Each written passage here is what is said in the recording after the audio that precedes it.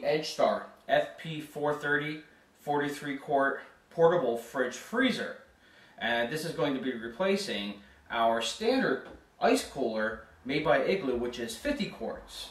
Now before we delve into all the instructions, the specifications, I want to go into the size dimension differences between the two. Remember, this is a 43 quart and that is 50 quart. Now for the size dimensions, this is actually about half an inch taller than the standard cooler, the same depth, and roughly about an extra inch or two in length. So size-wise, it's almost the exact same, and weight-wise is a little different though. That probably weighs about 10 pounds empty or so. This weighs, manufacturer's rating is about 48, and it feels about right. It's 43, 48 pounds empty weight.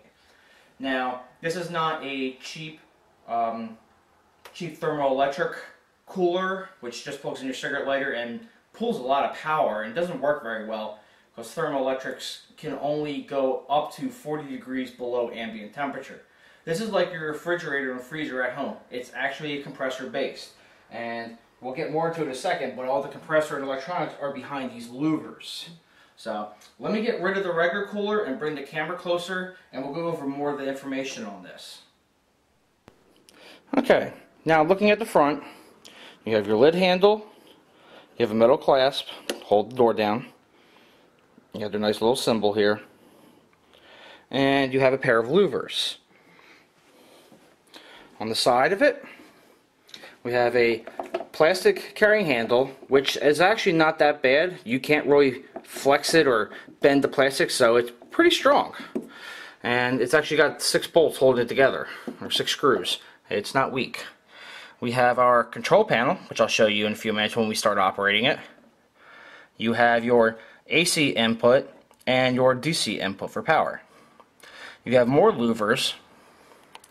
And on the back here, we have one more pair of louvers. And see if I can get a good focus on the panel here. You can pause this if you want to, and it will give you all the information about the power consumption and what type of freon it takes. Okay.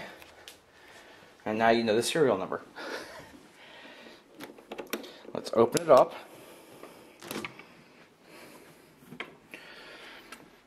The lid is actually about 1 inch thick. Has a nice little holder so it doesn't overly open. You got your 2 hinges. And if you look at the sides, this is about 2 inch thick all the way around. You get 2 baskets. You get a smaller basket, which we'll put off to the side here. And then you get a deep basket. Put that off to the side, and this way you can see the size difference. Inside, it's all metal lined. This hump right here is for the compressor. And let's go. We're going to actually take this panel off here in a second, and we're going to go a little more in depth and see exactly how good the craftsmanship and exactly what type of compressor they're using inside this unit. Okay, this is inside the actual brains and brawn of everything. And use a little bit of an extra light here so you can see. This piece right here, this metal, that is an AC to DC and DC to DC converter. It will take either 120 volts AC and convert it down to 13 volts, or it will take your 12 volts or 24 volts. This runs on both 12 and 24, and will convert it into 13 as well. So this is your main DC to DC or AC to DC power supply. From there, it feeds into this little white block back here. It has a couple color-coded spots. I'm assuming that is your main controller, which controls the temperature, the on and off for the compressor. And of course you have your little board here with a few switches. You have the main compressor itself, and over here you got the hot side. I can't remember the name of it right now, and that's just got a 120 millimeter computer style fan on the back of it. And on the compressor itself, it says DC 12/24 volts, 66 watts, 5.8 amps at 12 volts or 2.9 amps at 24 volts. And it runs on R134A, the same refrigerant that is used in your car. The only thing I see in here which is a little bit questionable, on the back of the little display and your buttons, there's a 2-wire that goes nowhere. It's just extra wrapped up, open leads, not touching anything. So I don't know what you can do with only 2 leads. I don't know if it's some sort of programming for it, but it's just hanging out inside here. I think I'm going to throw a little bit of electrical tape and isolate those 2 wires so they don't accidentally short out on something. So far, it's the only thing that seems a little questionable, that you would leave 2 wires that are tinned hanging out in the middle of nowhere. Okay, now we're going to test some of the performance of this unit. First, we're going to go and plug it into AC power, run it through a few tests, and later on we will test the DC power with a regular cigarette lighter adapter and make sure it runs perfectly good, because this unit actually prefers running on AC power if you have both plugged in, and if you lose AC power it will switch over to DC power. So we're going to test that in a little bit. First we want to see how fast it cools down. And first thing we're going to do, plug in to here, and we're going to plug into a kilowatt meter. Let me get the cord out of the way. See, a screen comes on up. It's going to give you initial temperature. And I got a little temperature probe inside here. I have it tied up, sitting right off this side here. So we're going to close this on up. Seal it up. And just for the kilowatt meter, we're going to put the camera down and show you we're zeroed out right now. 5 minutes with no power whatsoever. And we'll go to wattage. Right now this unit is pulling 59 watts. It's rated for 65, so we're definitely within spec. And if you can actually hear, the compressor is on, if you can barely even hear it whirring away. So there is a few degree difference from what it actually reads. This is the actual air temperature inside and what the unit itself reads. Now there's no external thermistor inside the unit itself, inside the cavity. It must be built in somewhere, so it's reading the coils instead of actually reading the internal air. So there is a few degree difference. And you have fast freeze, which immediately takes the unit all the way down to -8 degrees. It'll get it cold real quick. You also have a set button, and right now it's set for 33 degrees. I'm going to leave it right there. We're going to time it and see how long it takes for it to cool off and how much power it takes to get it right above freezing. So I'll turn the camera back on when the compressor shuts off and we hit our initial temperature, and we'll see how much power we used.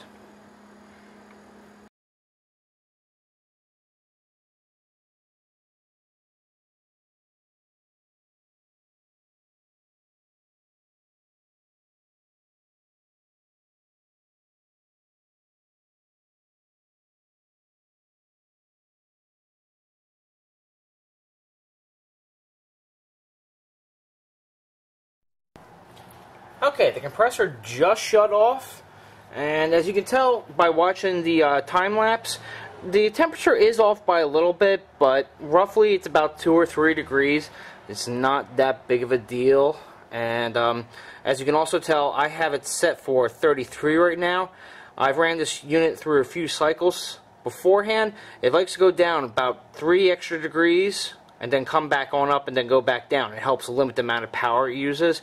So keep that in mind when you are either in a refrigerator mode or a freezing mode. You might actually want to keep it about 34, 35 for refrigeration. Then of course freezing, anything below 32 you're okay.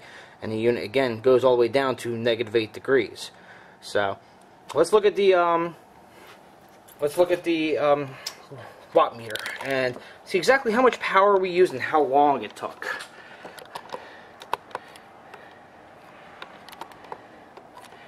Okay, you can tell now the the power it uses when it's just running, it's actually running an extra fan right now trying to cool off everything. It calms down to about 0.9 watts, but roughly about a watt when it's in standby mode. Now, if we look at, it's used 30 watts to bring it down from, what was it, at 78 degrees, that's the room temperature right now, down to 33 where I had it set. And it took, we're going to take away 5 minutes that was originally on the meter, so what, 32 minutes, basically a half an hour for it to cool down to very low refrigeration, not exactly freezing. So now we're going to try going down the rest of the way with the fast freeze function. So let's go back down to watts. You can see it's doing that. And let's reposition the camera again. Bring it on down. And now we're going to go and hit the FF button, the fast freeze. Now, of course, it went red right now because it's probably going to have to wait for a minute or two for the compressor to cool back down and then recycle itself back on. So we're going to put it on time lapse again and watch it take it all the way down to 0.8.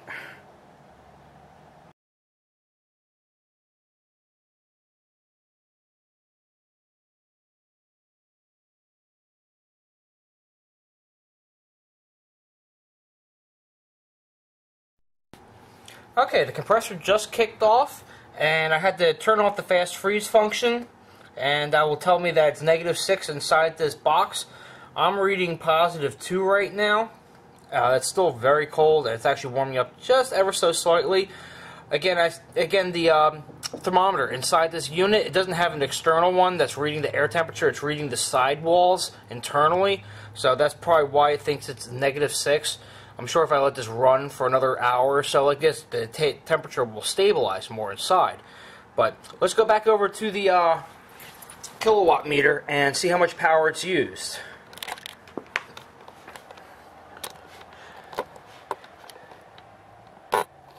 Okay, as you can see, again, it's only pulling just over a watt in standby mode right now. And total power, since we've turned this on, it's used 60 watts. So it used an extra 30 watts to bring it from 33 degrees that it was set at to -6. And total time, roughly an hour and 9 minutes, hour and 10 minutes roughly, to bring it all the way down to -8. So now the other thing we need to test is how well will it run on DC power. So I currently have my solar box with a 100 amp hour battery and a charge controller with a nice screen on here that now you can hopefully read. And you see the battery's fully charged. We're going to let this unit warm back up. We're going to open up the door a little bit here, and we're going to try doing a fast freeze again just so we can see it switch from AC to DC. So let's get the temperature back up to about 20 degrees above, and we'll hit the fast freeze button, and we'll all of a sudden pull the AC power out of it and see if it continues running on the DC like it should.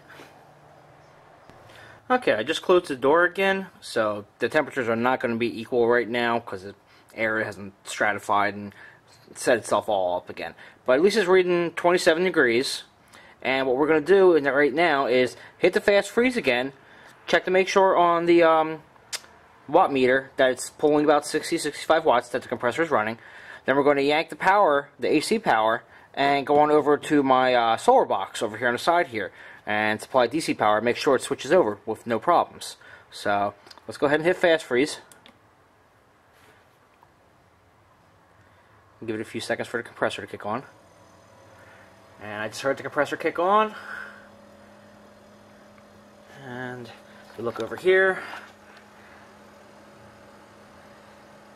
It takes a few seconds for the compressor to go through its initial cycle to come back down to 65 watts. But there you go, it's starting to drop a little bit here and there.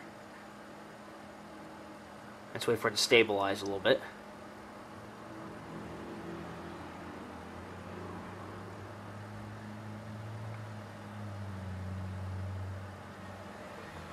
Okay, now let's pull the AC power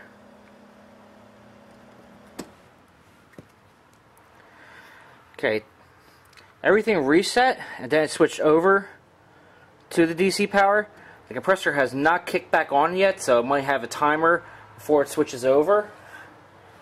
So let's give it a few seconds and listen for the compressor to kick back on.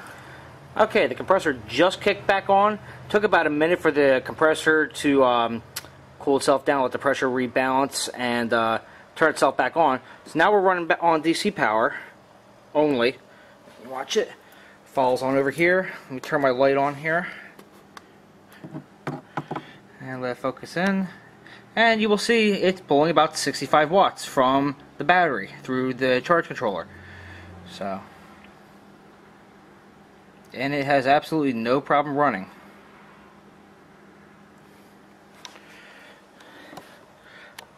So, let's see what happens when we plug the AC power back in, if it shuts itself off and has to wait another minute again.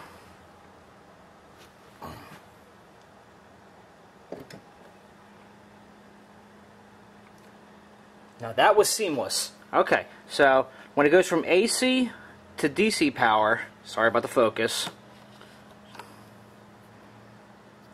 There we go. So when it goes from AC power to DC power, it ends up killing itself off, switches over to DC power, waits for the compressor to reset itself for about a minute or so, and then continues operation as normal. When you reintroduce AC power to it, it does it seamlessly. The compressor never shut off and just kept on running as normal. So it definitely favors AC power over DC, but you can have a DC battery hooked up to it as a backup if you are running it in your house. In case you do lose power, it will keep operating. There's just a 1 minute delay, which doesn't really mess with the operation of the unit at all. Or you can run it on DC by itself, in a car, in a truck, RV, whatever. And actually it takes 12 or 24 volts, so you can actually run this in a deuce and a half for an M35 military vehicle directly from their electrical system. Okay, so there you have it. We got the Edgestar 43 quart unit. Comes with its own little instruction manual. And comes with the 2 power cords. One 5-foot cigarette lighter adapter for running in your car. And an 8-foot AC adapter cable. And it will run down to -8 degrees, as we saw on the power meter. For running a regular cold refrigerator, about 33, 34 degrees. The initial power that it needs to drop it from about 80 degrees inside our house here to 33, 34 took about a half an hour and about 20, 30 watts worth of power. If you want to do fast freeze, it takes about 60 watts to get it down to -8 from about 80 degrees, and that took roughly an hour and 10 minutes. Now also, remember, this unit is empty right now. Any fridge, freezer, whether it be a chest freezer or a regular kitchen freezer, always runs more efficient when it's full. So this is about the worst operating conditions, as in terms of retaining the cold. There's nothing in there to hold it in. So the efficiency gets even better.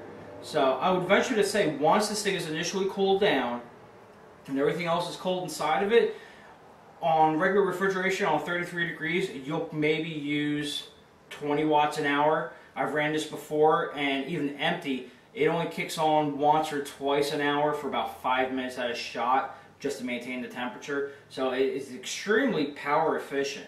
This is perfect for if you want to run it in your car, especially for a few days. If you got a good battery, it will most likely do it. You can run it off of a portable solar box like I have, and that 100 amp hour battery could probably run it all week long, especially if you don't open the lid an awful lot and you keep it in a shaded area when camping. This is good also if you're putting it in the back of the car and you're going shopping 30, 45 minutes away, especially if you live in a rural town and you just want to go pick up meat products at the grocery store. You can have this thing sitting in the back of your car, turn it on before you leave the house. By the time you get to the supermarket, it will be cooled down to freezing level, or refrigeration, depending upon what product you're picking up. And this way you don't have to worry about your meats that are frozen either thawing out or all your perishable items going bad, especially in the summertime if you've got a 45-minute commute to get back home or you get stuck in traffic. This is perfect for that unit. It does have a low battery cutoff. The manual itself says it will turn itself off when the battery voltage hits about 10.5 volts. Most cars usually will start at 10.5 volts and charge the battery up, and it will automatically kick back on when the battery recharges to 11.8.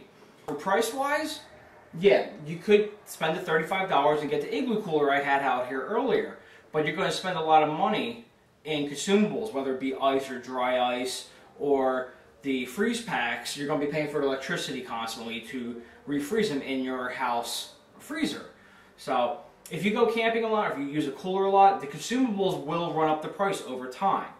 You can get a Thermoelectric Cooler, which costs about $100 to $150, but the limitations on that is, one, it uses 5 times as much power at least than this cooler uses, plus thermoelectric coolers, in best case laboratory scenario, you'll get 40 degrees below ambient temperature. So if you're out in the middle of the summer at 90 degrees with 80% humidity, your food's still going to spoil inside that cooler, because that cooler is never going to hit even 50 degrees. It's going to stay about 60 or 65. So for a safety standpoint, your food's going to spoil in a thermoelectric cooler. Now this unit itself cost me $450 brand new, shipped from the cheapest company listed on Google Shopping. That might sound a lot, but compared to the other 2 units that are their competitors that are available, the ARB, here's the picture of that one. You can search that one on Google Shopping, and that runs about $700 to $800 for that one. Now the other option is Engel. That's a real name brand for these type of refrigerators, and you will spend over $900. And this one is 43 quarts, the ARB is 50 quarts, and the Engel is 43 quarts. So for everything that I've looked on this one, the insulation is basically the same thickness, and even after running it for a couple hours, the outside doesn't even feel cold, even though we got this thing down to -6 degrees. The insulation is extremely good on it.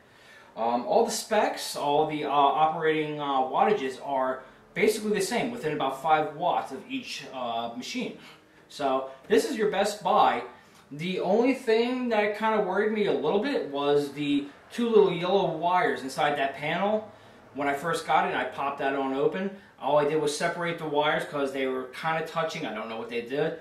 I separated them, threw a little bit of electrical tape onto it, closed it back up. Haven't had a problem with it. Otherwise, it's a very sound machine. This is all metal. All metal.